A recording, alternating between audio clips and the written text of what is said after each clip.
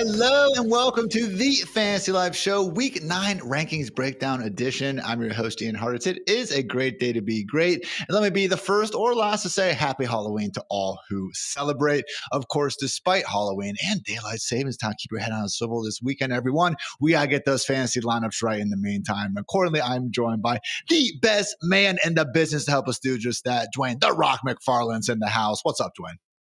What's up, Ian? I would say you are also the best man in the business. So I don't know how we would, settle that battle. But yeah, I'm happy to hang out with someone as cool and as good at their job as you are. How about that?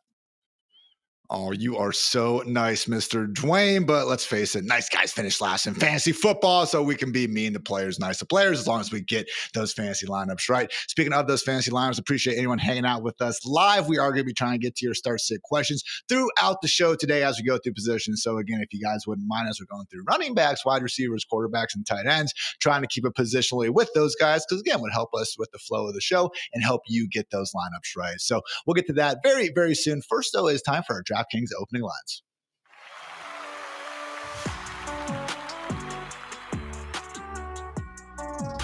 As always, invite everyone to check out our injury roundup over at fantasylife.com on Friday, because we are recording this Thursday afternoon, so we won't have the final injury statuses, but that won't stop Dwain and I from trying to get ahead of all the ramifications. Starting off with Dwain, the quarterback position, we have Bryce Young practicing in full again, and a good news in Cincinnati, Joe Flacco managing to get onto the practice field in a limited fashion. So is seemingly set to play through that AC joint sprain. He's been telling Zach Taylor that's what he wants to do. The question, Dwain, is how much confidence will you still have in Joe Flacco if he actually is going to go out there and try to play at less than 100%?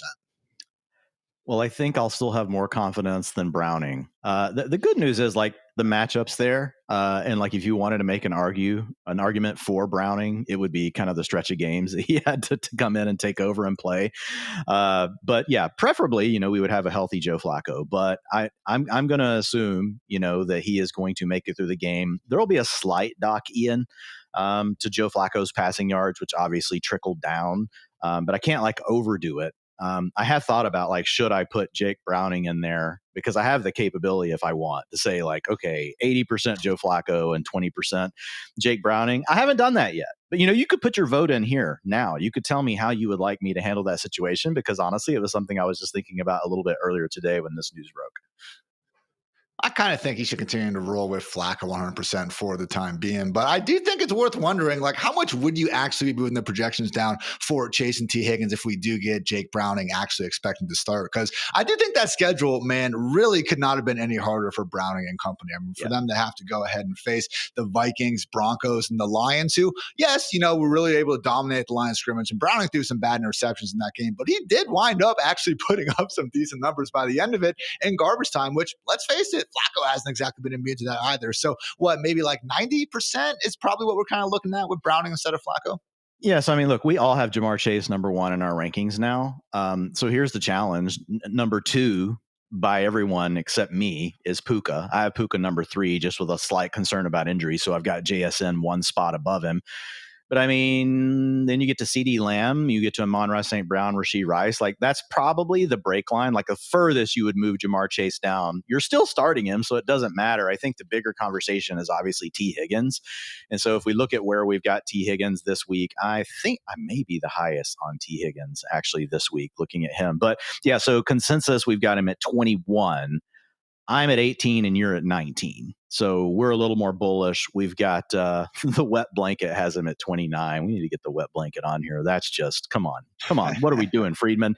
But then the rest of the rankers are right in line with us, 19, 22. But you look at the guys behind him. You got Cortland Sutton, who's got to play the Houston Texans, a legit shutdown defense. They're basically on the same terms as Denver right now. And Denver's without Surtain, so you could argue that Houston's really the toughest matchup in the league right now until the Broncos get Surtain back. Then you got Tet McMillan playing against the Packers. You got Keenan Allen, who's in a part-time role against Tennessee. You got Deebo Samuel against Seattle. Stephon Diggs in a part-time role against Atlanta, who God knows, talk about Jekyll and Hyde Halloween. What's Atlanta's defense? I don't know. It could be really good. It could be really bad. Then Worthy, Robinson. So yeah, so I don't see, even if we hear it's Jake Browning, when all those other names I just listed to you, I think T still is above them, just because they all have their own questions. You could maybe argue okay, great, that's all now a tier now. that you might drop him 1 or 2 spots. Maybe you give Sutton the nod, but again, like those names I gave you, like, are there any of them screaming to you that, oh my God, you would start them over T. Higgins? No, I just think that maybe in a running back flex question, all of a sudden I'm maybe taking the other True. guy versus Higgins. But again, True. it's a situation Have to where be a good I running hear back, you, man. though. Wide receiver 3 tier, not exactly sticking out with guys we're running up to start anyway. So good stuff there. More on the wide receivers later in the show. Also, on Michael Penix still limited in practice, although we did hear Raheem Morris say he is expecting to start. Over in the running back streets, we got DeAndre Swift not practicing again with this groin issue. We'll see what happens on Friday, but I will note last week he was a DNP and then limited on Thursday and Friday. So it is a downgrade relative to last week. We'll see what happens. Obviously, it'll be a nice bump up in the ranks for Kyle Monangai without Swift in action. Similar precedent going on with the Chiefs. Kareem Hunt expecting to start for Isaiah Pacheco, who's still not practicing. And also Dwayne Ramondre Stevenson back-to-back DNPs with a toe injury. How excited, Dwayne, if we don't have Ramondre Stevenson, and I know it's been 8 rough weeks, how excited would you be to start Terrell Jennings in the spot? Yeah, I wouldn't be excited. Look, it is interesting with Ramondre, just looking at the ranks right now, like how far I would move up Trevion Henderson. And I think I would basically slot Trevion Henderson into Ramondre Stevenson's spot. Right now, I'm running back 22. You're running back 21. Friedman's running back 19 on Stevenson.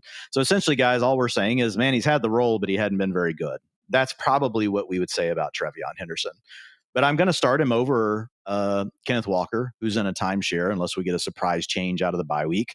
I'm going to start him over Ja'Cory Krosky-Merritt, Bam Knight, Woody Marks. Like, I think Trevion would belong above all those names. I would start him over Rico Dowdle. Now, that could be dangerous because we've had the coach speak this week on Rico Dowdle. But in the end, guys, we really don't know what that's going to mean.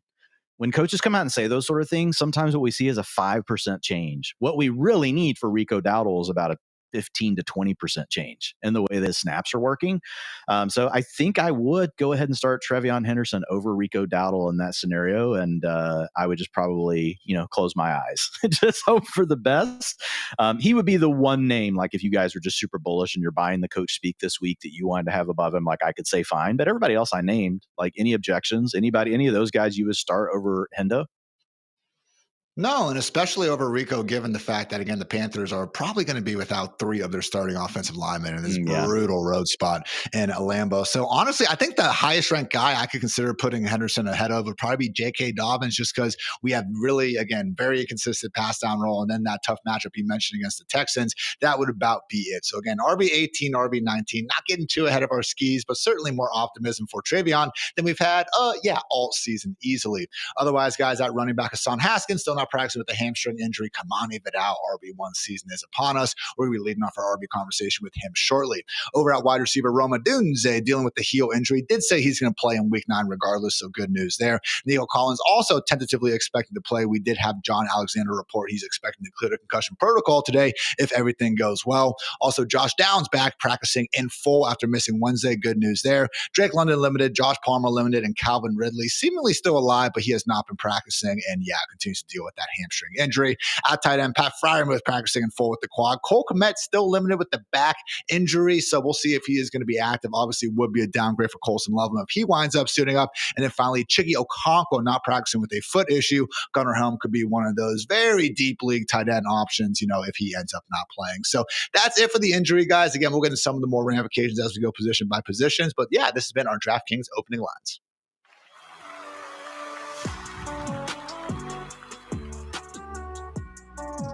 Big games, big moments, and even bigger upside this week. I have teamed up with DraftKings Pick 6 to give you, a scholar, a new way to get in on the action. With Pick 6, you ride the upside by making simple predictions. Will a player score more or less than the number listed? Put your picks together, and the more you hit, the bigger your payout. And right now, guys, there is an incredible offer. New DraftKings Pick 6 customers play $5 or more on your first pick set and get $50 back in bonus picks. That's right. New customers play $5 on your first entry, and you'll get $50 in bonus picks instantly. So don't miss your shot to ride the upside. Download DraftKings Pick 6. Get on all the action and sign up using my promo code FANTASYLIFE. Thanks to DraftKings Pick 6 for sponsoring this. Let's make this NFL season one to remember.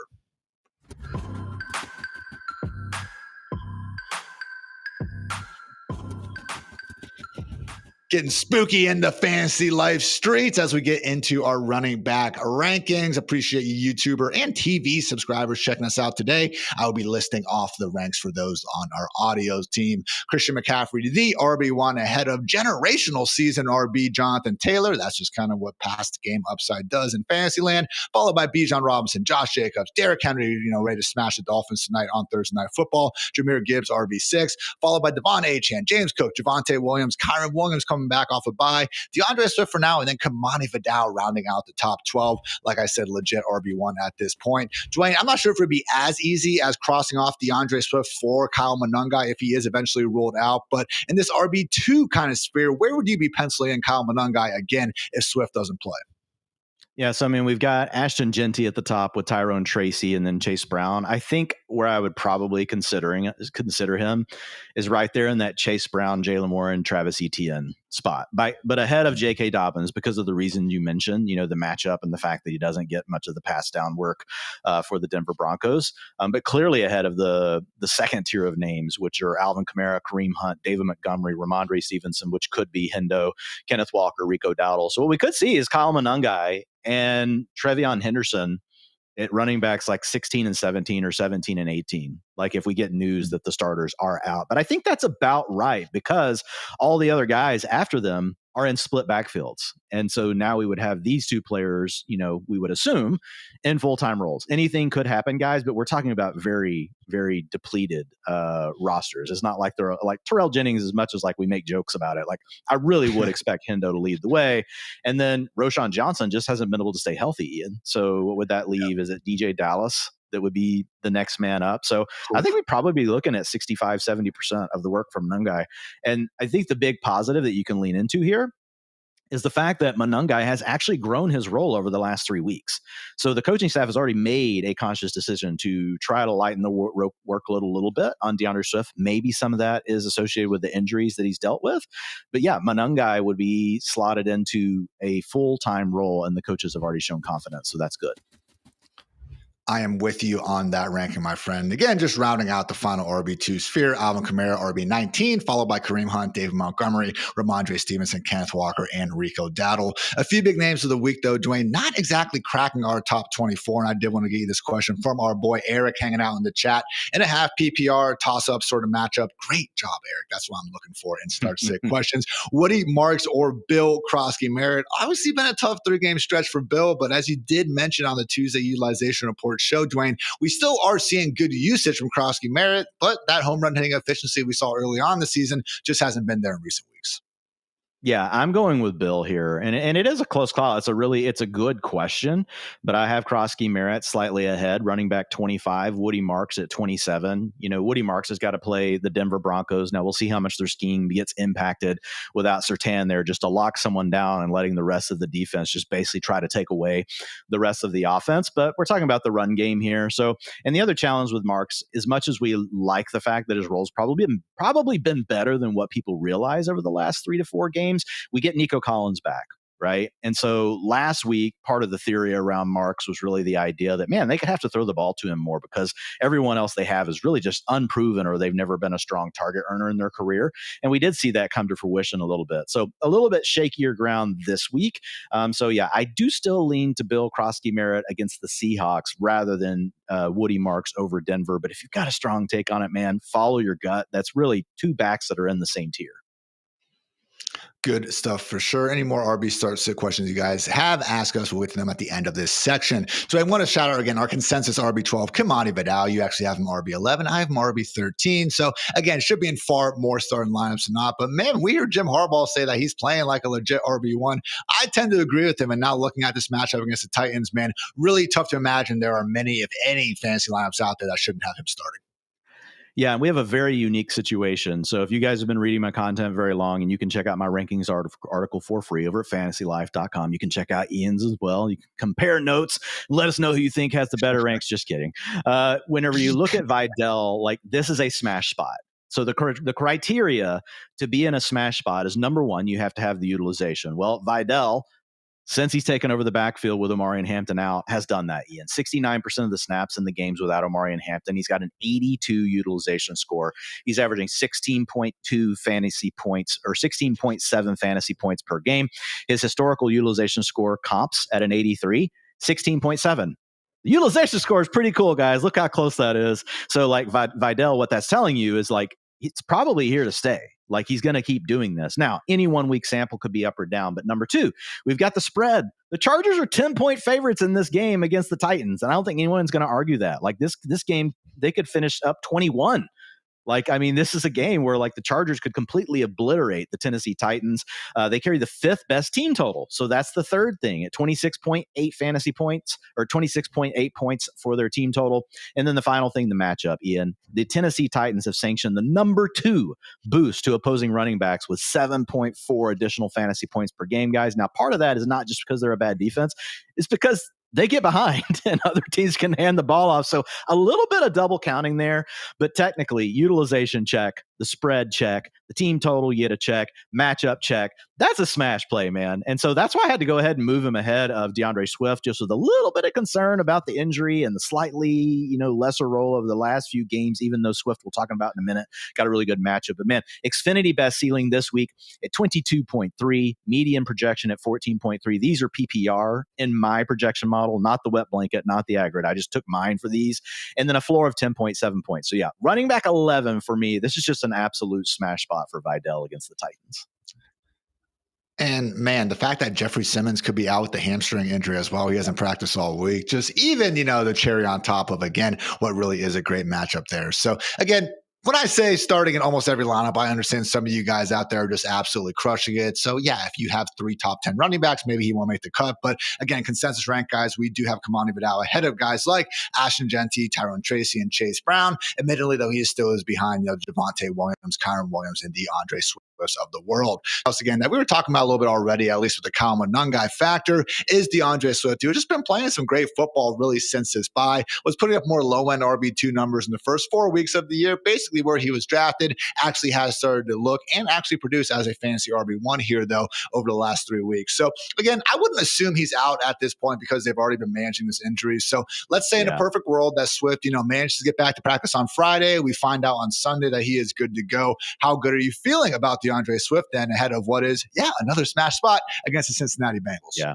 So those are my assumptions right now, and I've got him as the running back 12, which I think you're pretty close to that as well. But to your point, like, man, since the bye week, averaging 20.5 fantasy points per game. What's interesting about DeAndre Swift is I put a small note in the utilization report this week that he was actually a candidate for sell high. And the reason why is he has a utilization score of 70, which historically associates with comps that have scored a lot less than 20.5 points. And that utilization score is since the bye week when he's been scoring more.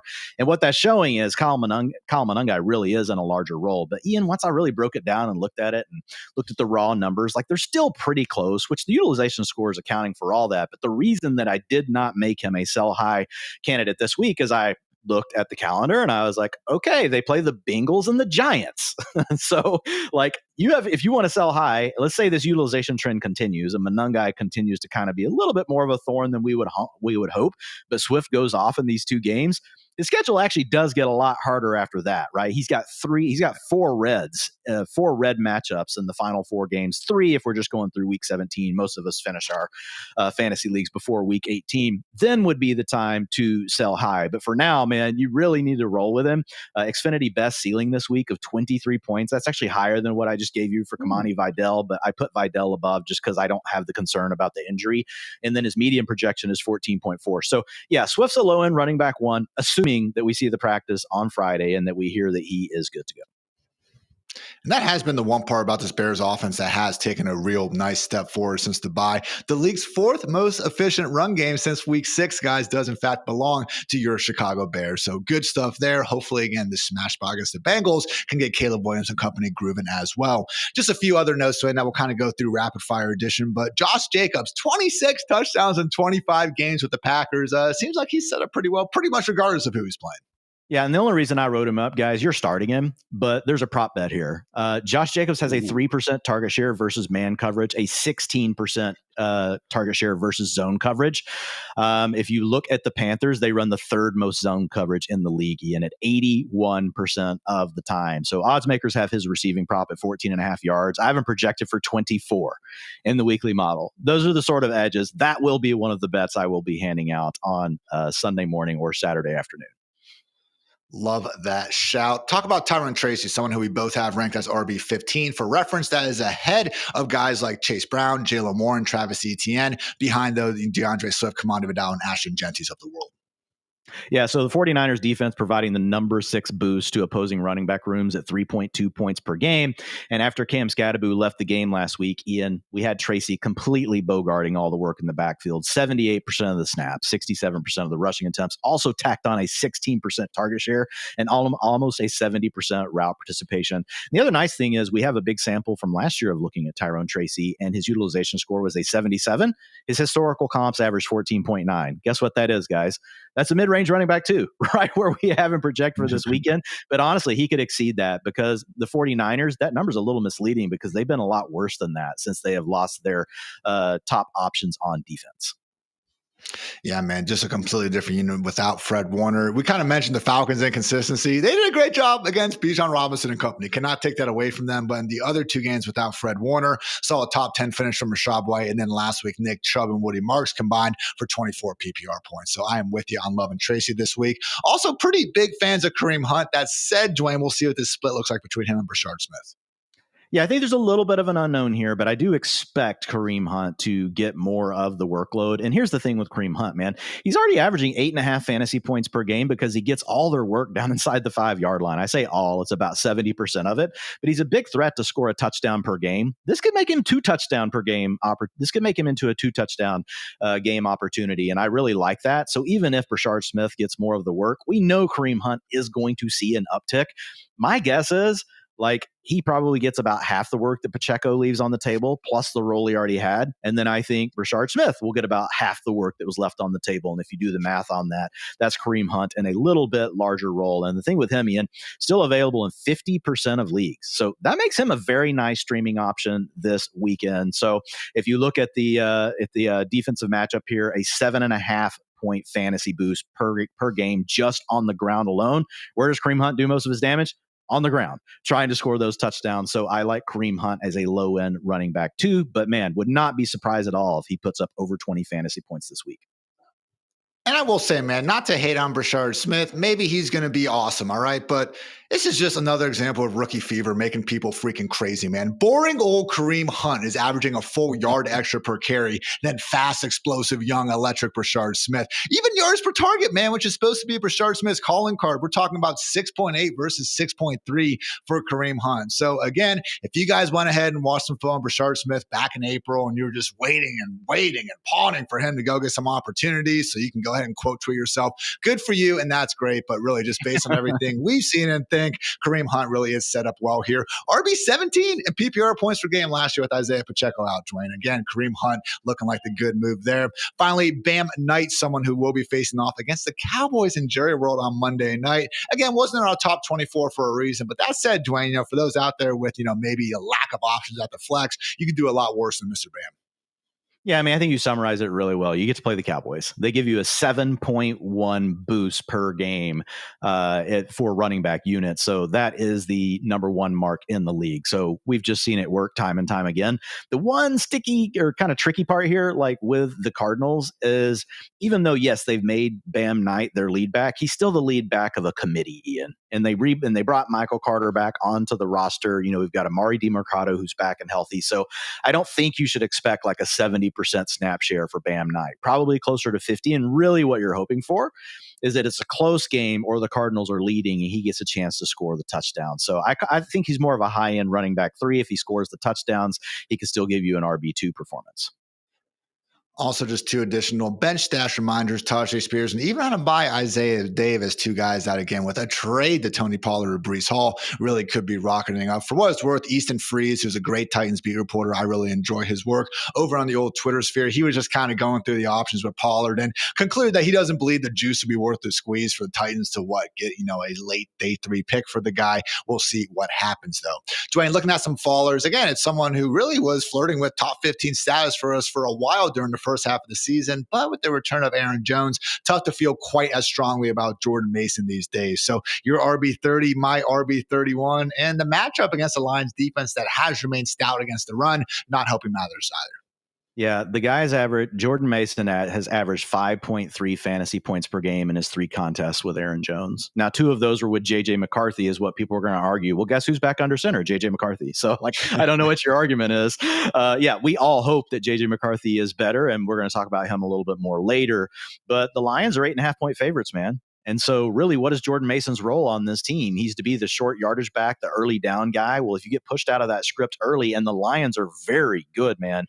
They're very stout on the interior. And these teams, we've seen it, Ian, that like to run the ball, they also know how to stop the run. It's like almost always a team that has Derrick Henry and has to practice against him every day. Like, they have a pretty good identity as far as trying to stop the run. It's not working for the Ravens this year, guys. They've been a great matchup against the run, but they're pretty injured. They've dealt with a lot of injuries, but the Lions have been good. They have held opposing running backs to a minus 5.7 fantasy points per game as a unit. So part of that, again, is they build these leads and you can't run the ball, but that's all bad news for Jordan Mason. So Xfinity best ceiling, man. Like, when I saw this, I actually thought about just moving him down further.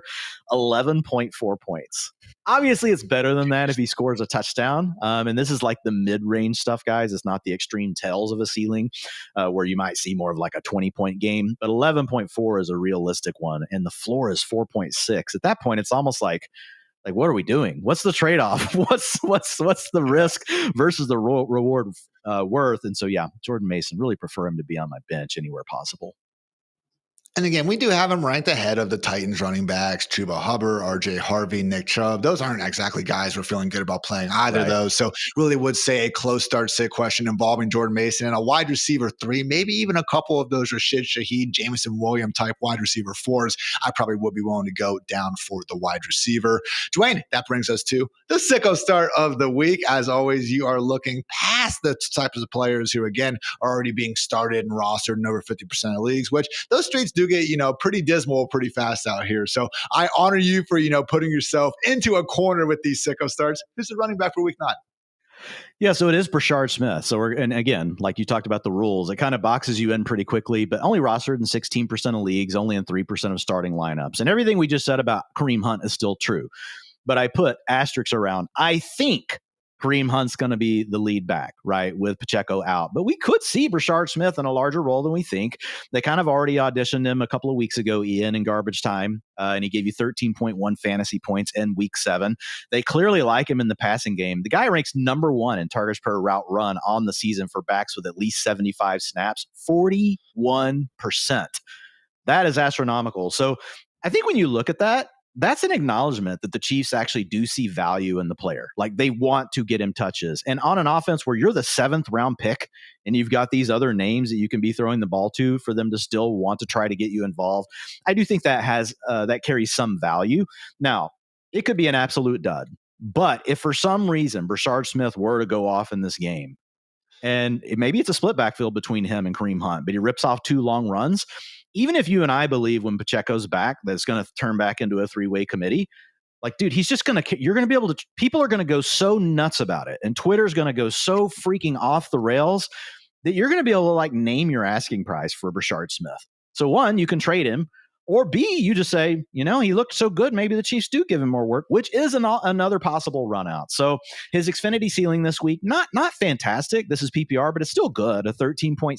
It's actually higher than what we just talked about with Jordan Mason. His median outcome is 7.6, and his floor is 5.5. So, I mean, I think there's a world where you could even start, like, I have him higher than everyone else. I have him as a low-end running back 3 this week. There is a world, Ian, where he just plays the same exact role he played before, and actually you see Kareem Hunt take over all of Isaiah Pacheco's role. So that's the risk. The way I've created my projection is assuming that Brashard Smith does get some of the work that Pacheco's leaving on the table. But again, most of this is about how nutso people are going to go for Brashard Smith if he somehow, and it could be on 6 carries, but one of them goes for a touchdown. Like, it really won't matter, because of all the things you talked about with how people get so crazy about rookies, he could give you long-term value in a trade.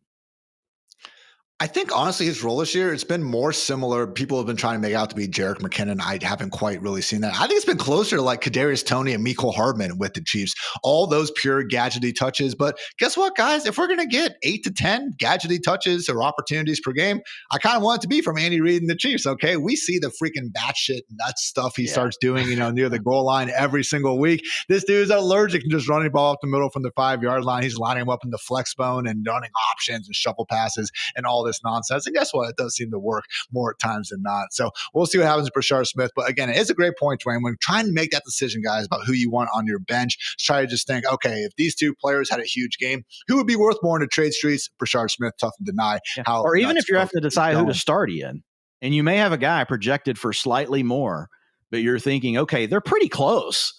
So I've got to start one of these two players and I got to roster them. Like, even in that scenario, like, and that's why it's the sicko start. Like, you don't feel good. You feel sick to your stomach. That's why it's called the sicko start. When you put this player into your lineup, but the long-term benefits could also be there. So onto my Hartitz heater. Always, a little bit less sick than Dwain. So I'm going to go to someone, though, who's been disappointing fantasy managers for the season, but maybe not this Sunday. Give me Kenneth Walker going for over 100 yards and 2 touchdowns without a goal line carry. I don't think we need him against a Washington defense that is starting to get pretty banged up in the front 7 and has really been having a rough time slowing down opposing run games. Guys, they have allowed 150 yards per game on the ground over these last 4, and it's actually not even being like fluky. We didn't see someone run for 275 yards and skew this. It's been between 145 and 155 each of the past 4 weeks. So I just think it's a situation where we know Kenneth Walker is explosive. He just hasn't quite hit, one of those 60-yard big-time runs just yet. And as much as Jack Charbonnet has been a thorn in his side,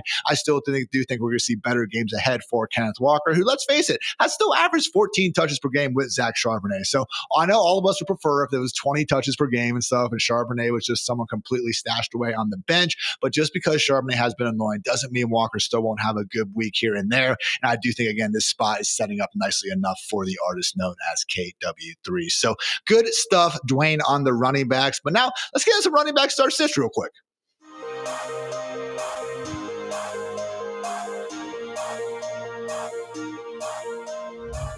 Our RB Start Sit session presented by the fine folks at Xfinity, brought to you by Xfinity. Imagine all your football all in one place. Easy. Xfinity. Imagine that. Dwayne had a few questions here from our lovely chat hanging out with us today. Appreciate you guys. From Matt, in full PPR, RJ Harvey coming off the 3 touchdowns, or Ollie Gordon also found the end zone himself last week. Obviously, this one is going to be happening tonight. Dolphins versus Ravens. Yeah, I'm going with Harvey. Ollie Gordon has had a little bit larger role over the last few weeks, but Denver's just a better team. I don't like the matchup against Houston, but I'm going with RJ Harvey. I'm with you too, especially, man, in full PPR. I know they've actually thrown the ball to Gordon a few times, but go ahead and give me Harvey in that one. Dwayne, from Riley, who would you rather have rest of season? Deebo Samuel? Obviously, we had Terry McLaurin banged up at this point. We'll see when he's back. Deebo has been sliding a little bit himself over the last few weeks. Or Jaylen Warren, someone who we actually talked about being a pretty nice buy lowish option thanks to a borderline erotic rest of season schedule. Yeah, Jaylen Warren got the role, has a good schedule coming. And Deebo was a sell high for us a few weeks ago, and we're seeing some of that come to fruition. And one of our concerns, Ian, was just the fact that, 1, his utilization score didn't match his production. But number 2, we've just seen Deebo battle these injuries throughout the season. And it does seem like there are these years, and he's getting older now, where he just doesn't finish the year the way he starts the year. And so if I can avoid that scenario, I would just rather carry Jaylen Warren. How about you? I think it's Jaylen Warren as well. Honestly, it's just a situation where I even had a buddy in my league ask me today, Chris Olave for Jaylen Warren, and had to think about it for a while, man. But that's how good I'm kind of feeling about Warren, and I did decide to keep Warren, just over concerns about Tyler Shuck and everything. But it is probably like I'm thinking more of a top 15, top 16 wide receiver asking price for Warren right now. Yep, I agree. Yeah, I think Warren's a mid-range running back 2 to high-end running back 2. We could get the Arthur Smith rug pull at any moment, but right now I think we have to lean into the fact that, man, they've made him a full-time back in his previous 4 healthy games. So 4 out of the last 5 games, he's been the workhorse. I mean, he's out there running around, dragging soccer goals and making the most out of his opportunities. I don't see that starting job getting ripped away anytime soon. Last one before we get into some good wide receiver talk from our guy, Eric. In a half PPR format, Dwayne, Woody Marks or Bill Krosky Merritt? Bill Krosky Merritt. Yeah, this one we talked about a little bit earlier as well, but just slight lean here still to Bill. It's close enough that if you have a gut feel on it, you can go with Marks. Again, Nico Collins back. I think that hurts the receiving upside a little bit for Woody Marks that we had last week, where we're like, okay, no one to throw the ball to. Maybe Woody gets more checkdowns. And dude, Marks had a great catch last week. Like right away, hit his receiving prop over with a 50-yarder early in the game. So all those things we saw from him in college definitely coming through, but I still have a slight lean to Krosky Merritt. How about you? It was just such a nice question. I wanted to answer it twice. Bill Krosky Merritt, go ahead and give me that. And go ahead and give me some wide receiver talk after we have a nice quick word to our friends over at Xfinity.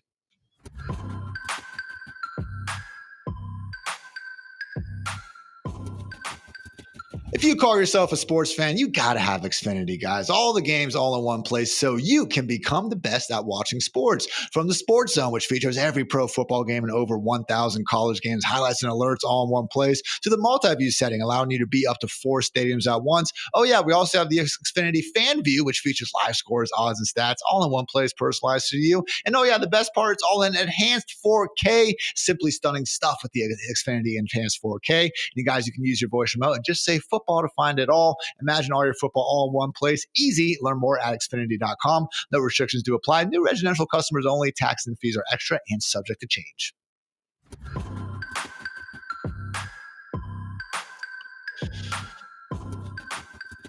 Top 24 wide receiver rankings coming at you here on the Fantasy Live Show. We got Ja'Marr Chase sitting up there atop the totem pole. Wide receiver 1, followed by Puka Nacua, Jackson Smith-Njigba, CeeDee Lamb, Amon-Ra St. Brown, and Rashee Rice. Wide receiver 7, Roma Dunze. Wide receiver 8, Justin Jefferson, followed by Jalen Waddle, about to do his thing on Thursday Night Football. Devontae Adams, George Pickens, and Drake London, pending him being well enough to suit up after obviously missing last week. As we go ahead and look at our wide receiver 2 tier of things, we got Nico Collins, Zay Flowers, Michael Pittman, low-key having himself one heck of a season, Ladd McConkey, DK Metcalf, and T. Higgins in the top 18, followed by Cortland Sutton, Tedero McMillan, Marvin Harrison Jr., Brian Thomas Jr., Chris Olave, and Keenan Allen. We kind of talked about it a little bit earlier, Dwayne, but again, it really is that T. Higgins point that I start to, again, I'm going to start Marvin Harrison and Brian Thomas Jr. and plenty of these guys in the lineups, but really it is about wide receiver 18 and on that I start to have some concerns. But that said, it is DK Metcalf at wide receiver 17, who I'm feeling pretty good about, man, because, man, has he made the most of his opportunities this year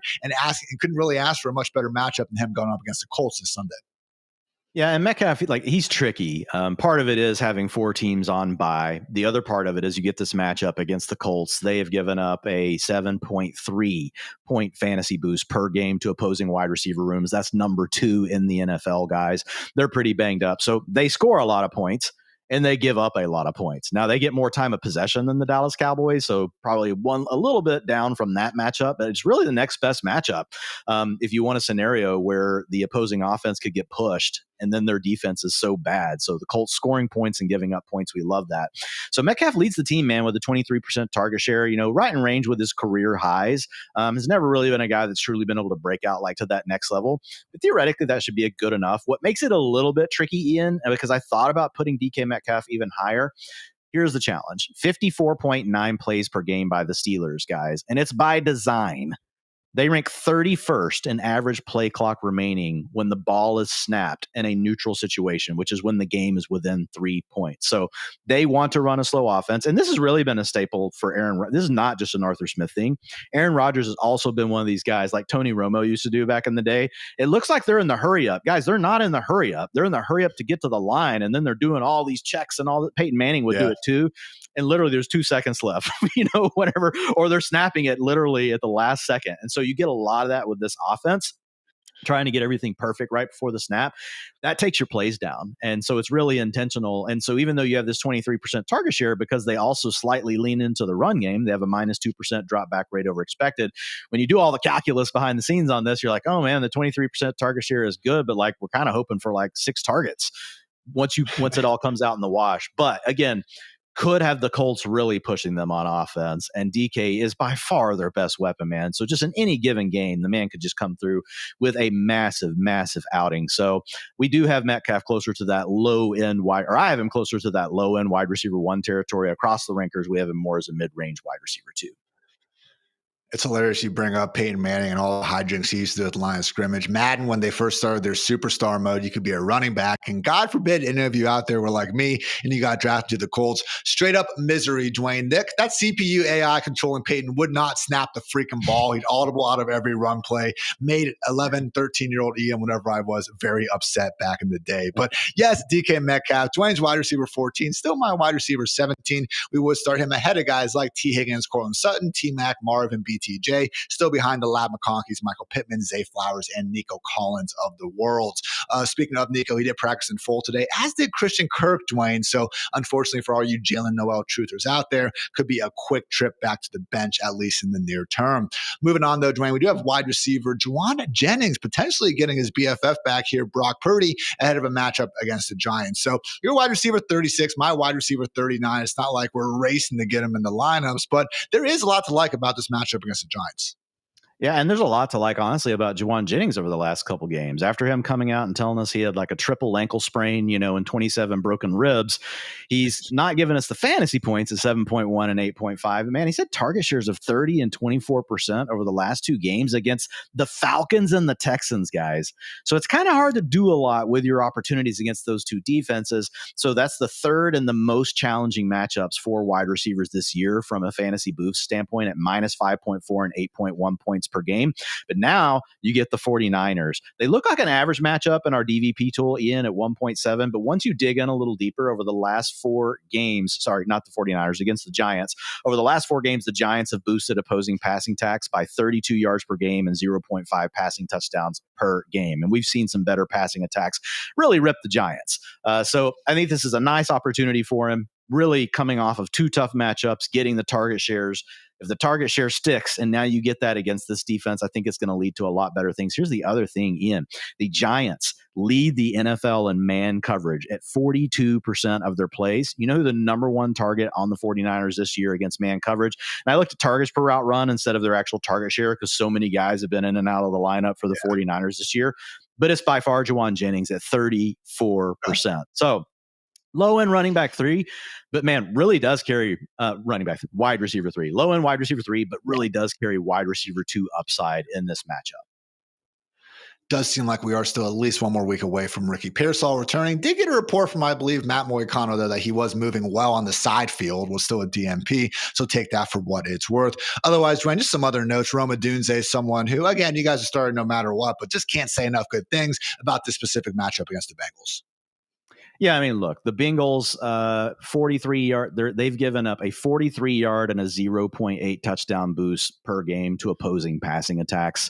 If you look at what they've done, as far as Odunze still leading the team, like he's got a 26% target share. He had those 2 bad games coming out of the bye, Ian, when they were a little bit more run heavy. But man, like he's the guy getting the targets. So when you get in these opportunities to be in potential shootouts, please let's have Joe Flacco play. If we have Jake Browning, that could change the dynamics of the game a little bit. But yeah, mid-range wide receiver 1 this week for Rome. Another person taking advantage of a very, very good matchup, Marvin Harrison Jr., the artist formerly known as Maserati Marv, coming off that bye. We are expecting to have Kyler Murray back, undefeated all-time at Jerry World, by the way. What are your overall thoughts here on Marv, Dwayne? Again, against the Cowboys secondary that's been a mix of injured and just straight up bad, man. Like, again, just seeing Bo Nix do whatever he wanted to get him last week really was disheartening.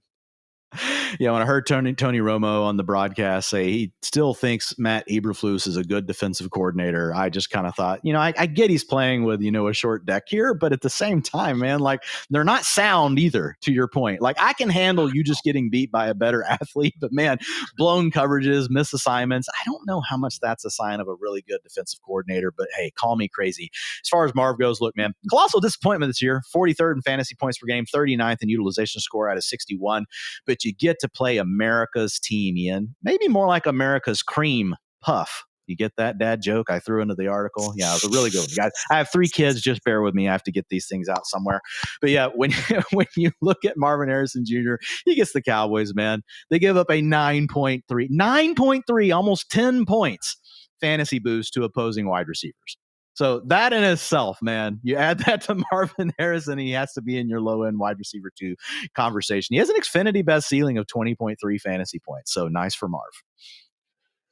I've liked some of the man zone stuff you've been incorporating more often to the ranks column, Dwain. I'm assuming you also like seeing that for Alec Pierce against the Steelers secondary that also has been running man coverage at a very high rate. So again, your wide receiver 40, my wide receiver 46. Not like we're forcing them into lineups, but man, if you do have a close, flex decision here, I'm okay giving Pierce a nod. Yeah, I just want to say, guys, most matchup data at the coverage level, it's really noise. Like I've studied it. Ian and I used to work together at PFF, and like we were grinding that stuff like 4 or 5 years ago. But there's a reason you don't see me write about it with every single player, because most of the time it doesn't matter. All we're doing is looking for the outlier defenses that play a lot of man or a lot of zone. And then we're cross-referencing that to the team they're playing to see if there is a clear trend with that team. So basically you have like 6 or 7 teams you can look at it for. And then guess what happens? Like 2 of the matchups you look at for the week, there's actually something there. Otherwise, most of this analysis is just forced. And so you did mention it here. It does matter in this game.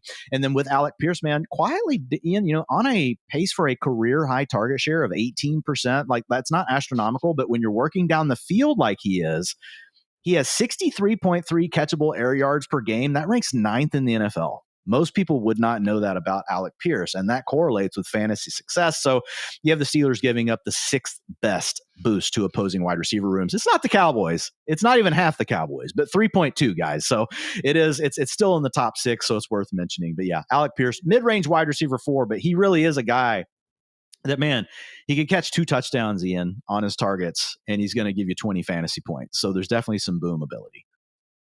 And all that very rational, analytic, thoughts withstanding, Dwain. Everyone was starting Alec Pierce last week. Everyone expected last week to be the week that he went off. And as we know, the fantasy gods tend to be cruel. Would make a lot of sense if we get that post-hype boom for Mr. Available Pierce. in 74% we did get a good question. So he's a streamer. Well, there we go. And Jamie has a question just for that. Would you drop Dwain Cooper Kupp for Alec Pierce or Kayshon Boutte? I'm yes to both those guys over Kupp, but between Boutte and Pierce, who would you prefer? I would go with Boutte. I think Pierce is actually playing better right now, but man, the connection is just there with him and Drake May. And sometimes we can't explain this stuff, guys. We'll say here every week, he's got a 15% target share, and everybody's like, yeah, and another touchdown. So it's like, is the luck going to eventually run out on Boutte? Yeah, I mean, he can't do that every game, but man, he's playing with Drake May, who's playing fantastic. So like, I lean to Boutte. My analytical side wants to say Alec Pierce just because like the underlying data is a little bit better. But man, like Boutte's he's playing well, man. Another guy in that similar range, by the way, I am with you on Boutte, but another, wide receiver 4 sort of boomer bust option. Christian Watson this week going up against the Panthers, Dwain. And it just is a situation where I'm publishing my mismatch report article either later today or on Friday. And just one of the things I did notice is that Jordan Love and the Packers really expect to have more clean pockets than just about anyone else. And man, when Jordan Love has been kept clean, guys, he has one of the biggest differences in terms of his EPA and yards per attempt as opposed to when he's under pressure. So feeling good about Jordan Love this week, Dwain, which honestly also means we should be feeling good about Christian Watson, particularly after he came back from his knee injury. And I don't want to say looked fully back to 100%, but certainly surpassed my expectations in terms of how he looked and also what his role was. Yeah, man, whenever we first started the season, I didn't know if we would see Christian Watson until like week 14 or 15. I mean, his recovery timeline has been pretty amazing. He got hurt at the very end of the year last year, guys. He came into a 65% route participation. You're like, oh, that's not very much. No, that's a Packers route participation. Like, that's just what happens with the Packers, unless you're Romeo Dobbs and you get 85%. Everyone else is really in a rotation. And so he immediately stepped into that. Now, we didn't have Dontavian Wicks last week, but we might not have him again this week. But looking at Watson, Ian, the main thing that sticks out to me about him is this. He does something for the Packers that they need that really no one else can do for them. He is a massive field stretcher. Romeo Dobbs can do it, but he's more of a possession guy. Yes, he can win contested catches, but he's really better in the intermediate area of the field. Tucker Kraft, better in the intermediate underneath areas of the field, just burning man coverage, zone coverage, whatever you want, run after the catch stuff. Josh Jacobs is your swing pass guy. Matthew Golden, to this point, been more of a gimmick guy. Dontavian Wicks, not on the field enough. So when you think about the clean pocket, you think about how, the defense has to defend so many things against the Packers. Christian Watson's going to get good looks, man. And so I think he's very similar to Alec Pierce, to be honest. He's probably going to be a guy where those two are going to be kind of in the same area of our rankings for the rest of the season. They're going to have the ability to take the lid off of defenses and offenses that score a lot of points. So I've got Pierce in the wide receiver 4 territory this week, Watson and wide receiver 5, but they're very similar. And man, Watson's available on the waiver wire also in 74% of the leagues. Those guys, very similar, both available in 74% of Yahoo leagues. As much as we might like the prospects of those players, there are some fallers to get to, Dwain, starting off with Mr. Chris Olave for the Saints. It really just comes down to the fact that we don't know if Tyler Shuck is going to be, any good at throwing the football, particularly in his first career start against a tough Rams defense. Yeah, man, and that's the big thing here. And when you look at Shuck taking over and you look at like what the potential range of outcomes here, it could be Dylan Gabriel. And it's not to isolate on Dylan Gabriel. I use him as an example because he's one you guys are all thinking of. But historically, when we look at these quarterbacks that were not early first-round picks, and it happens to early first-round picks too, guys, like look at Cam Ward, look at what Trevor Lawrence did in his first season. Historically, it's not good for wide receivers. And the bottom line is Spencer Rattler was grooving with these guys. So as excited as we have been about Olave, gave the buy low on him, ahead of time. With Shuck in, there's obvious risk here, Ian. So I moved him down to a borderline wide receiver 2. You could argue I'm too high. If you look at our consensus rank on on Tyler Shuck, we all have him dead last. Yet we haven't moved Chris Olave down that much. Now, I would have had Chris Olave around wide receiver probably 15 or so this week if we had Spencer Rattler. So pretty decent downgrade to low-end wide receiver 2. But I think there's a chance we're not moving him down the board enough. We don't like Tyler Shuck. It's a prove-it scenario. Tyler Shuck could be good, but he has to come show us that he can be.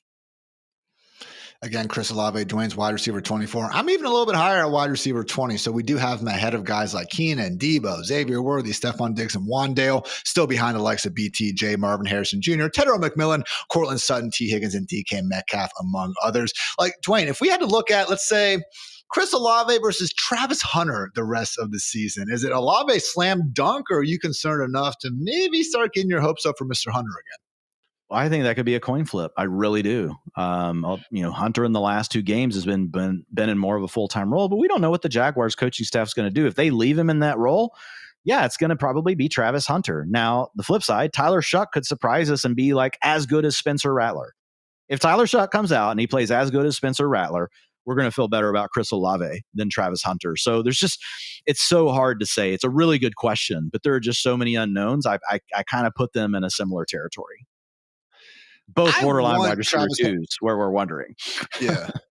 And I want Travis Hunter to happen because when he gets these short catches, he's making people miss after the catch. I think only Khalil Shakur has a higher rate of tackles avoided per reception. And the few times we have seen them throw the ball to him downfield, he's making plays there as well. I just struggle, Dwayne, when it's like the latest thing is, oh, man, the Jaguars are planning on targeting Hunter more as their number 1 option. They've been telling us since they drafted the dude he was going to be a wide receiver first and foremost. It's not like that's happened during the first 2 months of the season. So, again, we have Hunter right there around the wide receiver 30 spot, consensusly. But with a situation where, really want to see it for more than just the second half of a blowout game in freaking London before we completely get too far over our heads. So not loving, again, Chris Olave, at least relative to the wide receiver 1 wave he was riding. And Dwayne, unfortunately, we never even did get anything close to a wide receiver 1 wave for Mr. Matthew Golden, again, facing off the Panthers. But he's someone where we both have ranked as the wide receiver 51. That is still, ahead of guys like Darius Slayton, Hollywood Brown, Calvin Austin, but behind the likes of Darnay Mooney,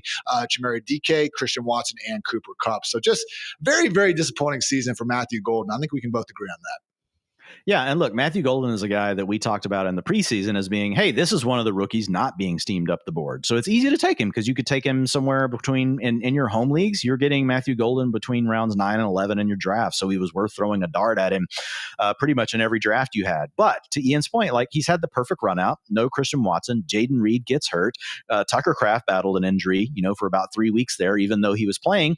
And we've got a 13% target share. And the other thing is we've just not seen any sort of ability to earn a role as a true wide receiver other than the gimmick plays. We'll take the gimmick plays and we'd like to stack them on top of getting targets further down the field. And those things, while there have been a couple of near misses on bombs for Golden, I'll give him credit for a little better ball. He would be higher in the fantasy ranks right now, but those didn't come through. But the big thing, Ian, a 13% target share, man, that's bad. And then if you look at the fact that he is a player that moved up more than any other in the pre-draft process from the time that the college football playoffs started to the time they ended. This is a guy that many people saw as a round 4 pick and went in round 1 of the NFL draft. And that was a big red flag within the rookie supermodel.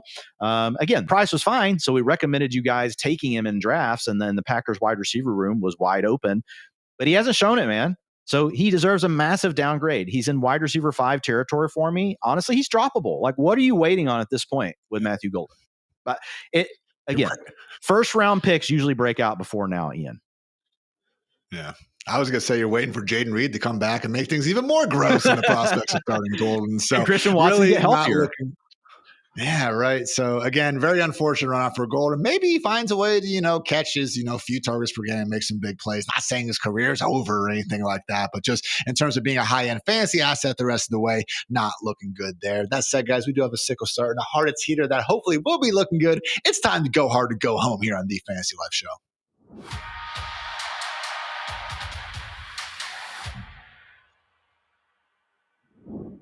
Are you going to go hard in your leagues and start these guys, or will you go home? This is Go Hard or Go Home, fueled by the bold flavors of Mike's Hard Lemonade, the official drink of those who go hard for their league. Dwain, your official wide receiver sickle start of week 9. Who do we got? Chimere DK of the Tennessee Titans, still only rostered in 16% of Yahoo leagues, only in 7% of starting lineups. Tyler Lockett moved on last week. Chimere DK took over the starting slot role 3 weeks ago, Ian. And I think that's part of why Lockett's probably like, hey, you guys are going with the youth movement. Like, just let me go. Let me go hang out with Geno Smith and Pete Carroll over in Vegas. We'll see how that goes. But last week, man, season high as far as a 91% route participation and a 22% target share. And over the last 2 games, Ian, he has given you over 16 fantasy points. So honestly, just looking good. He's vibing with Cam Ward, who's suddenly shown an ability to throw for 250 yards in a game. We've seen that in a few instances now over the last few weeks. So despite some of the early season challenges, looking pretty good. And here's the other thing. With the wide receivers that go in round 1, historically, if they don't do it early, we don't see them do it later in the season. But for these guys that are round 2, 3, 4, 5 picks, Ian, historically, we actually have seen fantasy production improve for them. Now, it's not a blanket statement, guys. Obviously, there's a few guys every year that step up and they carry this weight. Chimere DK might be one of those players this year, but if you look at round 2 picks, plus 27% in points per game, round 3, plus 6%, round 4, plus 16%. That's the bucket that DK sits in.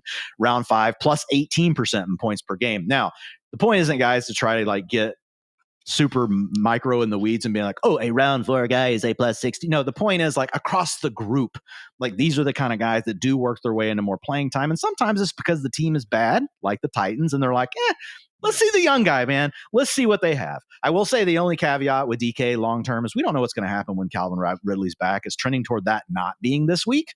Maybe Ridley gets traded, or maybe they don't care. Maybe they're just like, yeah, well, what's the point with Calvin Ridley? We need to see what this young player has. So Xfinity best ceiling this week, Ian, at 15.6. That's very nice. Medium projection in PPR of 9.2 with a floor of 6.6. So I have DK as a low-end wide receiver 4.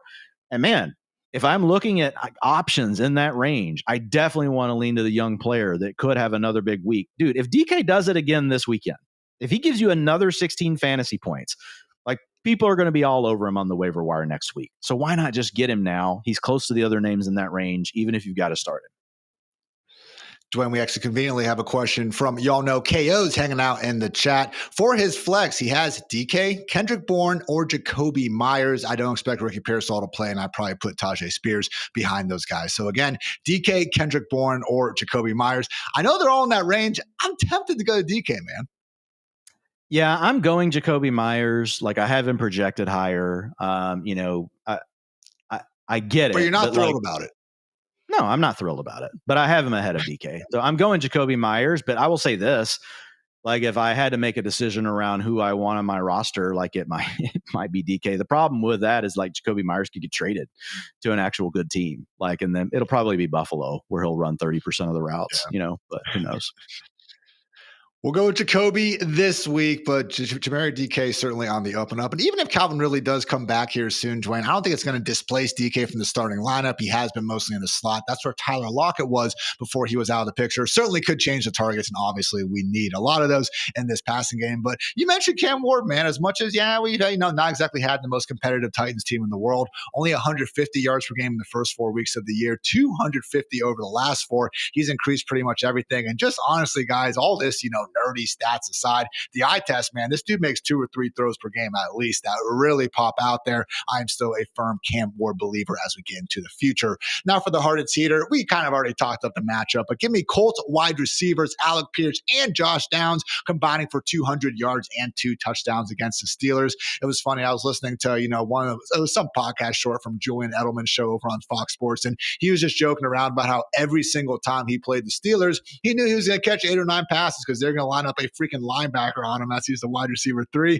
And man, Dwayne, we have legit seen that for so long in fantasy as well. I remember Keenan Allen going nuts against his team, and that's what I am expecting for Josh Downs here. So we already mentioned Alec Pierce's, very strong splits versus man coverage defenses like the Steelers. They're even more pronounced, man, for Josh Downs. You look at it, man, 30% or 29%, I should say, targets per run rate against man, only 24% against zone. Look, Michael Pittman's still high and everything. He went for over 100 yards against the Steelers defense last year. But hey, Josh Downs caught 8 passes for 80 yards in the score against them. And I do just think, especially if Aaron Rodgers and company can keep their foot on the gas and make this a little bit of a shootout, both Downs and Pierce can go ahead and put up big games. Honestly, you're starting him, but the concern would be Tyler Warren and honestly any sort of pass game usage for the running backs. Because Dwayne, as much as we do see some wide receivers have nice splits against man, usually against these man-heavy defenses, it's the tight ends and the running backs who are actually kind of falling off, which I just think makes sense from a football perspective. All right. Zone coverages, that's when, the cornerbacks are sitting back, keeping everything in front of them. That's when you're checking down those positions. A little bit tougher when you got safeties, actively accounting for the Tyler Warrens of the world in every play. Yeah, absolutely. So historically, we see why, and this isn't a blanket for every scenario. You have to go look at the teams, guys. But I will say about a 5-year trend across the NFL in a very large sample, what Ian said is correct.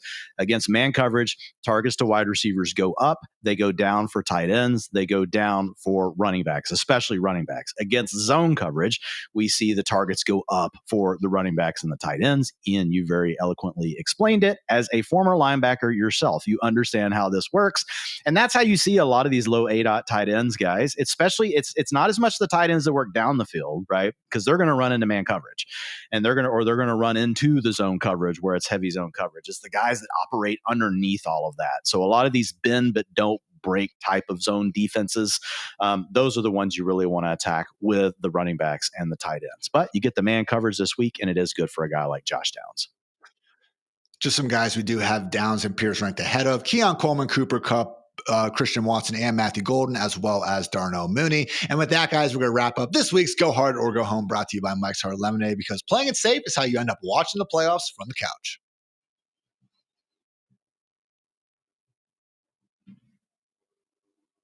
All right, Dwayne, let's go ahead and get into some quarterback chatter then. Looking at our top 12, we do have Josh Allen sitting as our QB1, Patrick Mahomes QB2, Lamar Jackson QB3, followed by Justin Herbert, Drake May, and Jaden Daniels. Back half of the QB1 ranks Jackson Dart, Daniel Jones, Dak Prescott, Kyler Murray, Caleb Williams, and Matthew Stafford. Yes, that's right, guys. I did say Kyler Murray as a top 10 quarterback in this economy, no less. And Dwayne, again, sometimes it really just is as simple as you play the guys facing off against the Dallas Cowboys. So I know the Cowboys defense is starting to get a little bit healthier, but you already said it, man. I could live with this group being bad. It's just more so these brutal coverage breakdowns where it seems like there's nobody even close. So we do have Kyler Murray ranked ahead of guys like Caleb Williams, Matthew Stafford, Jordan Love, and Jared Goff. And by the way, coming off the bye, we are expecting Kyler Murray to go ahead and take that starting job back.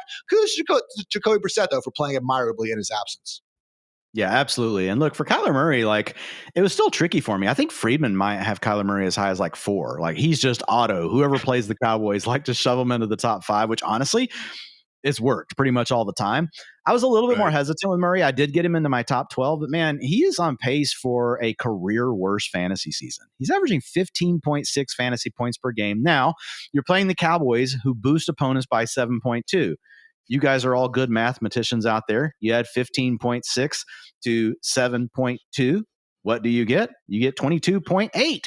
That's pretty good, Ian. 22.8 fantasy points would be fantastic. So it doesn't work out exactly like that, but it's probably going to be hard for Kyler to not score 18 to 20 points in this game. And that's the bottom line. So when you look at the Cowboys, they boost opposing passing attacks, Ian, by 52 yards per game.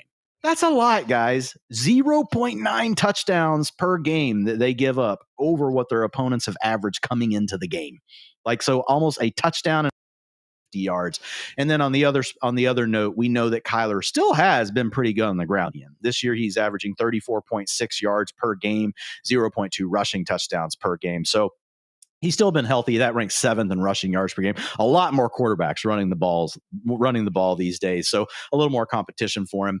But when we look at this game and you look at what the, Cardinals could come out and do, I mean, like one deep ball to Marv, man, and then just doing work over the middle with, Trey McBride the rest of the game, and it's going to be something Kyler can get to. But the ceiling is massive, man. 26.3 Xfinity best ceiling, because when you have a guy like Kyler, you gotta look at the range of outcomes on his rushing as well as what he could do as a passer, and he gives you a rare ability to kind of boom in both. And honestly, if you're looking at like tell outcomes of what his ceiling could be, like he could give you 30 plus points this week, and he's still got a really solid floor. His floor is essentially what he's averaged for the year. It's 15.4 this week. So his average for the season is his floor against the Cowboys. He's my QB9.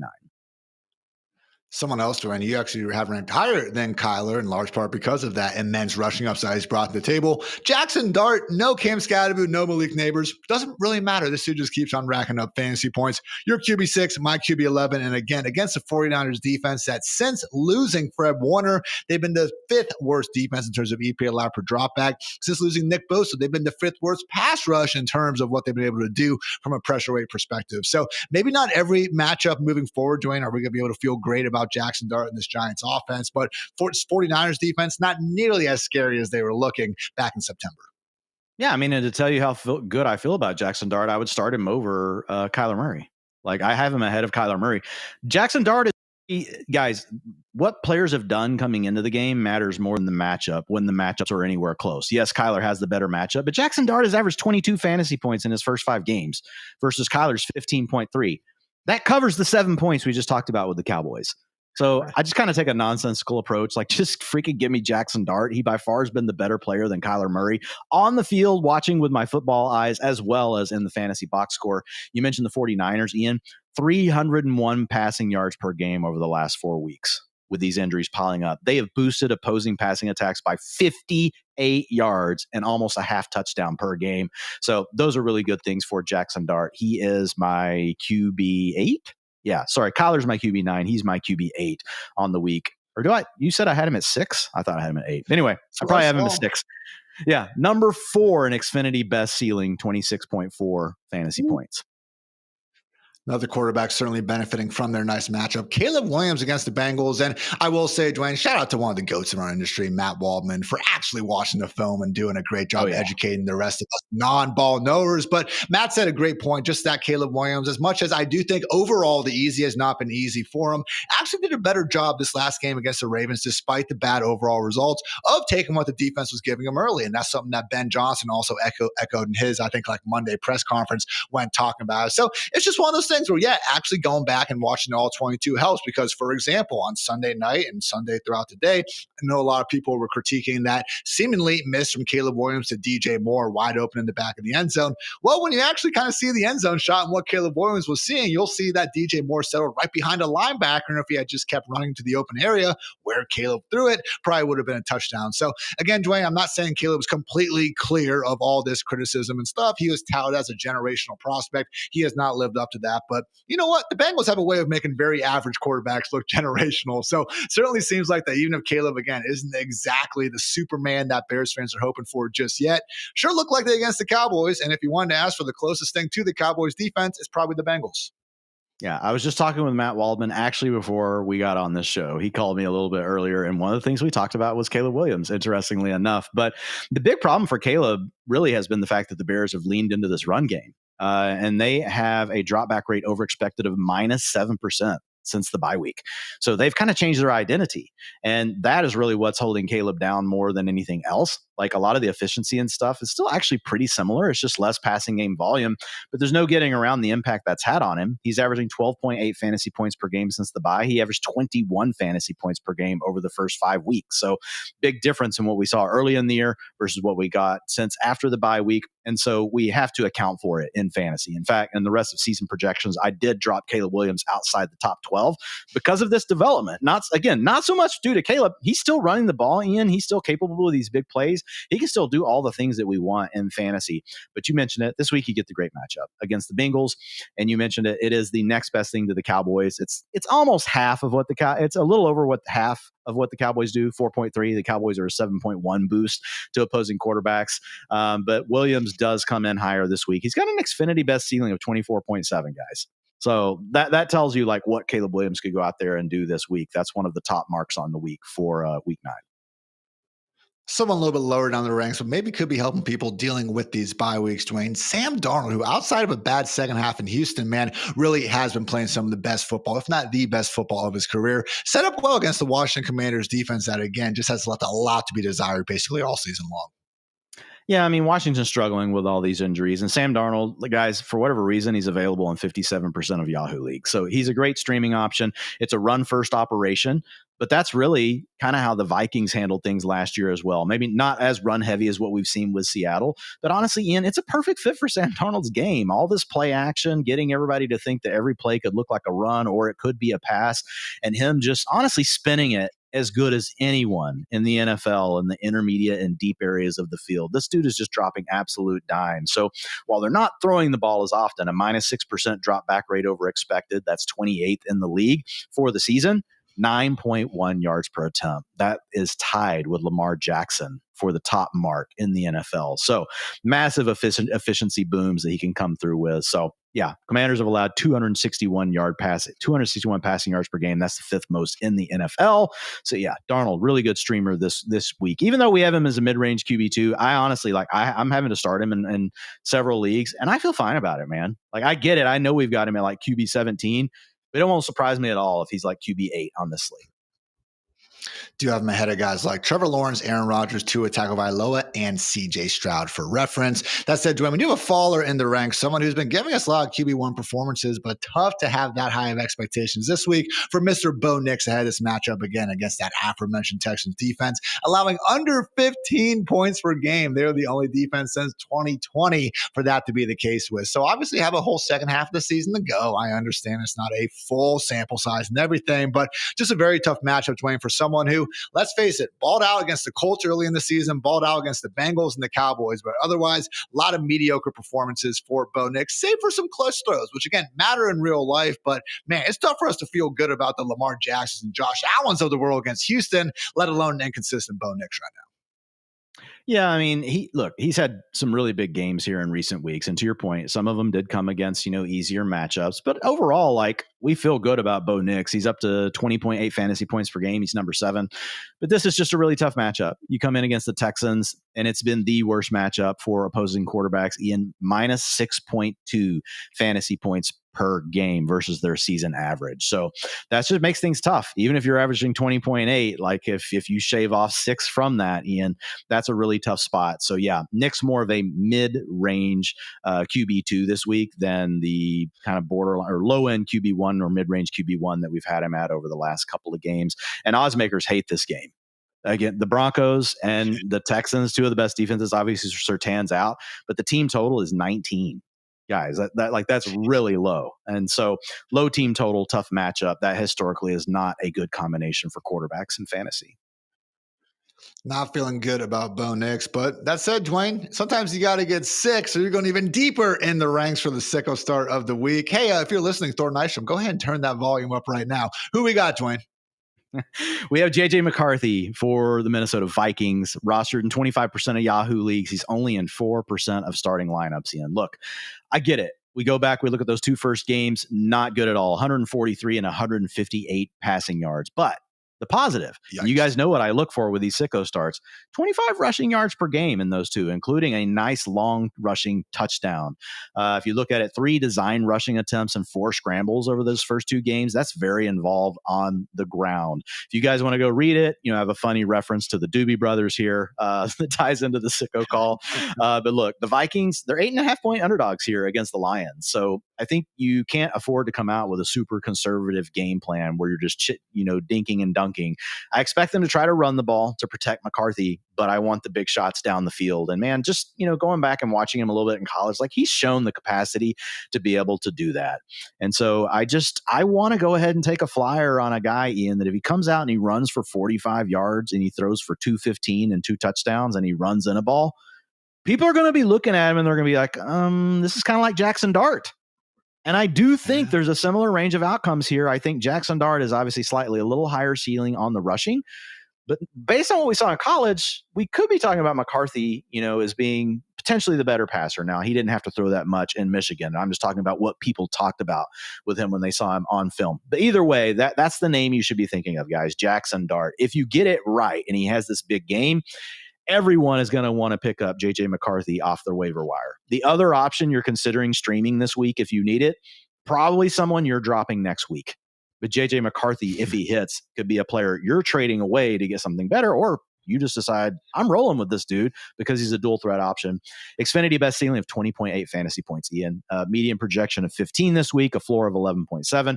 He's my QB23, guys. Don't get it twisted. Don't go bench your starter for JJ McCarthy. But if you're looking for a guy to stash on your bench, or you're just like, man, I'm having to decide between these 4 guys, I don't really love any of them, go with the guy that if it hits, it's good for you. Banged up Lions secondary this week, a Ravens defense that has been bad the week after, and then the Bears, Dwain, a nice little 3-week stretch here, hopefully for McCarthy to really get his legs under him. For my heart's heater, I'm going to say that whoever starts at quarterback for the Bengals is throwing for 250 yards and 3 touchdowns. I imagine it would be much prettier and cleaner if it does happen to be Joe Flacco. But again, I'm giving Jake Browning the benefit of the doubt that he can coexist behind that line of scrimmage for 2.5 seconds, and just get the ball in the general area where Jamar Chase and T. Higgins can go be the absolute ball that they are. So again, can't really say enough bad things about this Bears defense. The fact they made former Pro Bowl quarterback Tyler Snoop Huntley look actually good at football last week, I think tells you all you need to know. So again, more of a testament to, 1, Jake Browning just dealing with, again, a hellacious schedule we talked about earlier, and 2, this Bears secondary just really not deserving the benefit of the doubt. So certainly would prefer it to be Joe Flacco, because 3-game sample size, be damn, Dwain. This Bengals offense is tied for 4th in points per game with Flacco under center and 3rd in EPA per play. So again, certainly would group this Bears defense closer to the Steelers and Jets that we've seen play them over the last couple of weeks. I do expect the good times to keep on rolling for Jamar Chase, regardless of who winds up being under center. So good stuff there on QBs. Now let's close things out here on the Fantasy Life Show with Look at Tight Ends.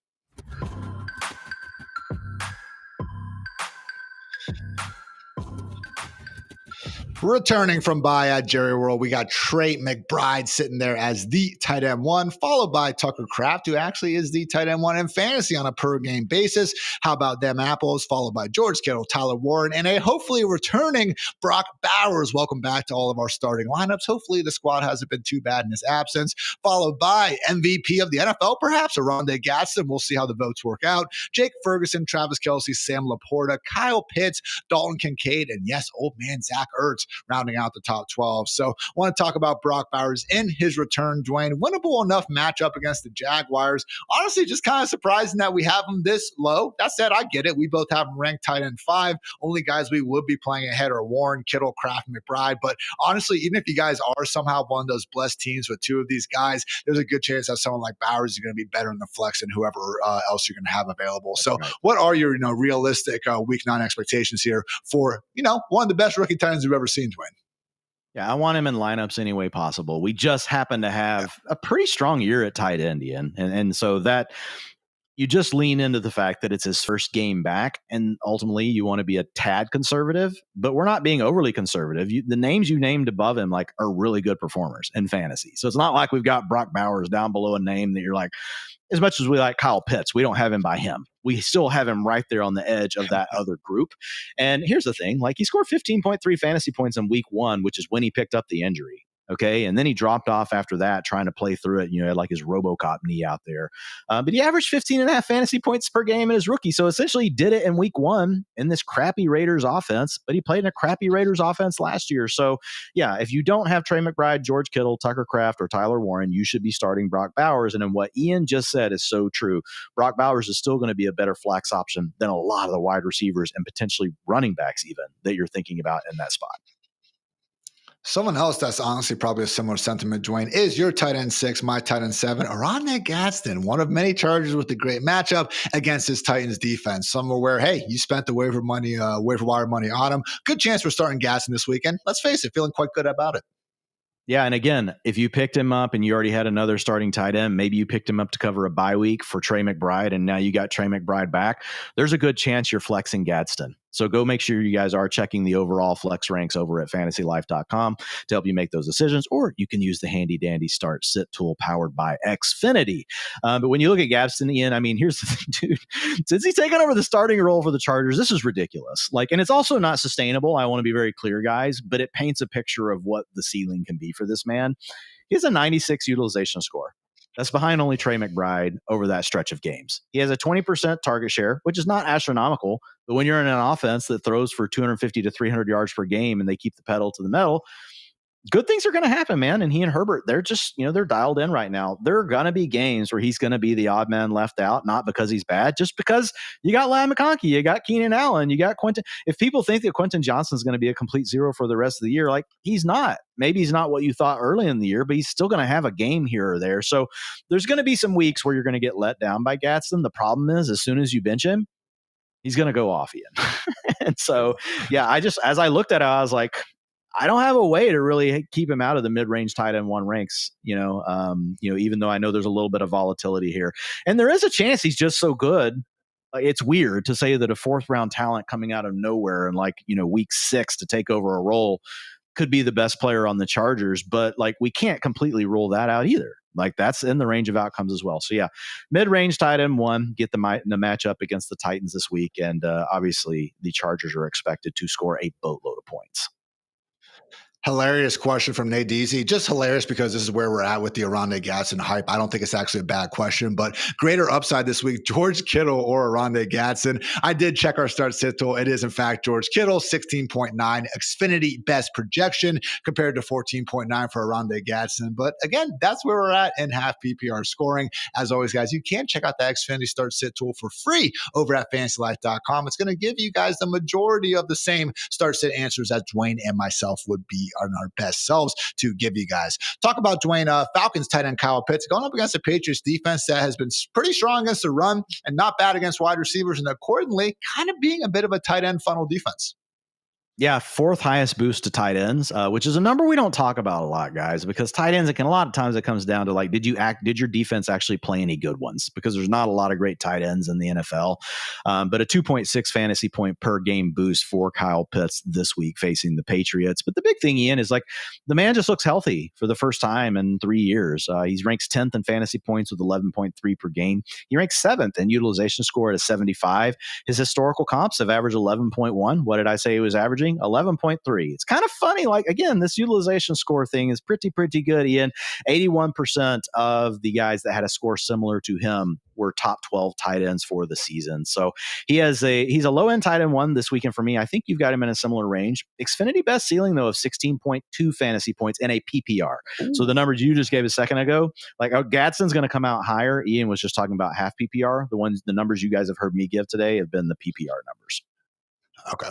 Good follow up there. And yeah, we both have him ranked as our tight end 10. So nice little season here we're seeing from Kyle Pitts. Of course, right after the whole fantasy community was finally fed up with him. Dwayne's also been a pretty nice season for one Juwan Johnson, but similar to Chris Olave, it's just tough knowing exactly how much we can trust the dude with Tyler Shuck under center. So, hey, wouldn't completely give up on Juwan if you guys are in this tight end needy situation and you have the bigger bench, because let's face it, we could be looking at, very numbered days for Rashid Shaheed in New Orleans still. And maybe Tyler Shuck doesn't suck, but at least for this week, Dwayne, let's try to get this dude out of the lineup.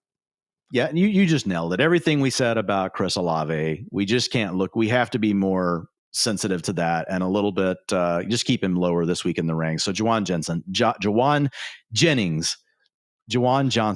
I was thinking of Jesus. Juwan Jesus Johnson. I knew I would eventually get it right. Hey guys, it's Thursday.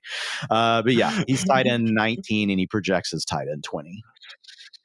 Let's get to the sicko start, who will not be Juwan Jennings, Johnson, Jesus, Judas, however you want to go through it. This one is a little bit contingent on an injury, I know, Dwayne. But hey, maybe even though it didn't work out last week, maybe week 9 is when we finally get this boom for number 10 overall pick, Colson Loveland. Yeah, just back to the well on Loveland because he did score really well in the rookie supermodel. You guys can go check that out. But essentially, the rookie supermodel, what it does is it looks at a player's collegiate career. We look at all the factors that correlate the most to future success in the NFL. Number one thing is their draft pick. Where do they go in the NFL draft? The next thing we incorporate are all their adjusted data points for production. So their production adjusted for their age, for their schedule, for the teammates that they played with. Did they play with other ballers where it's just really hard to get a high target share and things like that? And then we look at the film grade as well. So all of those components then come together, and it's actually shown to be more predictive than a lot of things that we look at in fantasy. So Colson Loveland graded out really well in that area. So he's a prospect that we continue to like. So if we get another game where we don't have Cole Kmet, and you get to be out here, you're really going to like it. The other thing that you have going for you here is you're playing the Bengals, guys. And again, you don't hear me talk about our fantasy boost for tight ends much, but I have to mention it for the matchup against the Bengals. 8.1, Ian. An 8.1 fantasy boost to opposing tight ends, which is just, honestly, it's the highest number I remember ever seeing. That's absolutely ridiculous. So if we don't have Cole Kmet, I feel really good about Colson Loveland this weekend being a sicko call. And again, another player, man, if he goes off, even if you don't need him next week, he's going to have that. He's a young rookie. So you could be able to move him. Whether you decide to keep him or move him is up to you. The point is, he's going to have expanded value versus some of these other names you might be considering, A.J. Barner. A.J. Barner could score 4 touchdowns this week and no one will care. No one's going to give you anything. If Colson Loveland scores 1 touchdown and gets 60 yards, you're suddenly able to move him. It's so stupid, Dwayne, but you're 100% right. Juwan Johnson could have 200 yards if Colson Loveland goes for 70 and a touchdown. He's going to be the talk of the fantasy streets. So good stuff there. And it's, hey, I have a ton of Loveland in Dynasty. So I hope, that he goes up and his value does great and he has a great game. But yeah, just funny to think about. For my harder teeter before we get out of here, guys, Dalton Kincaid, I'm saying will finish as the tight end 1 in a back and forth Chiefs-Bills shootout. Obviously, the problem for Kincaid is twofold. We have Dawson Knox sharing routes, and we also have a Bills offense that only twice this season has actually had Josh Allen throw the ball 30 or more times. Now, guess what? Both of those games actually came in 2 of the rare occurrences where we had the Bills playing from behind against the Patriots and then back in that Week 1 Classic against the Ravens. I do think there's opportunity for that to happen again. Chiefs are actually now a slight favorite over the Bills, and accordingly, I'm guessing that we're going to have to see Buffalo finally open things up. And hey, let's face it, other than Khalil Shakur, haven't seen much consistency out of Keon Coleman, Josh Palmer, or any of these other wide receivers. Dalton Dalton Kincaid has easily been the most efficient pass catcher in Buffalo. I know he didn't have the biggest role last week, first game back from injury, but he is practicing fully, at least to my knowledge, when I checked the injury report last, and I am expecting him to be in a bit better situation. So, Dwain, again, it's a situation where if we could get that full-time role for Dalton Kincaid, my God, dude, like tight end 5 or better upside would be on the table. It's just a matter of being on the field and getting those targets. Two things I think this week in particular could be a bit better for him. Yeah, and I mean, here's the thing: like, it's the efficiency and it's the way he's getting used this year. Like, the routes are still not there. I'm with you. Like, the targets per route run are there. The targets per route run for Dalton Kincaid are in an area where it's like mid-range tight end 1 to high-end tight end 1, but the routes are missing. But the difference this year, Ian, is they're throwing the ball down the field to him. In the last 2 years, they were doing this weird check down roll with him, which I just really honestly didn't understand, because he's not like this great yak player. He's solid and Right. yak, but really he's just a good mismatch against linebackers and safeties when you let him work down the field. Really what he was known a lot for coming out of college was not just this playmaker side of him. It was the fact that, like, the man could get open and he knew how to manipulate coverage. And so we just have the Bills using him more like that. And so he's getting these targets further down the field. That's leading to these targets in the red zone that are further down the field, which is helping him score touchdowns, which is obviously something that we know Mr. Josh Allen can unlock, especially in a game like this, where we would anticipate the Bills needing to score plenty of points to try to pull out a win against the Chiefs. And can confirm that he's not even on the injury report this week, because they were back from the bye last week, but he was still limited and then questionable. I do think we'll see him back ready to go here against the Chiefs. Obviously, a huge game for the Bills. And for the rest of us, that should be a fun one. Get your popcorn ready for America's game of the week, Sunday afternoon. That's going to do it for us, so here on the Fantasy Life Show. Make sure you guys check out our ranks on fantasylife.com for any more questions. Otherwise, get those lineups right. Have a happy Halloween. And make sure, again, you remember daylight savings time. We are falling back, baby. But luckily, no London games to worry about Sunday morning. So with that in mind, guys, again, best of luck in week 9 for Dwain, for producer Kelsey, for producer Mick. I'm Ian. Thanks again for tuning in. Until next time, take care, everybody.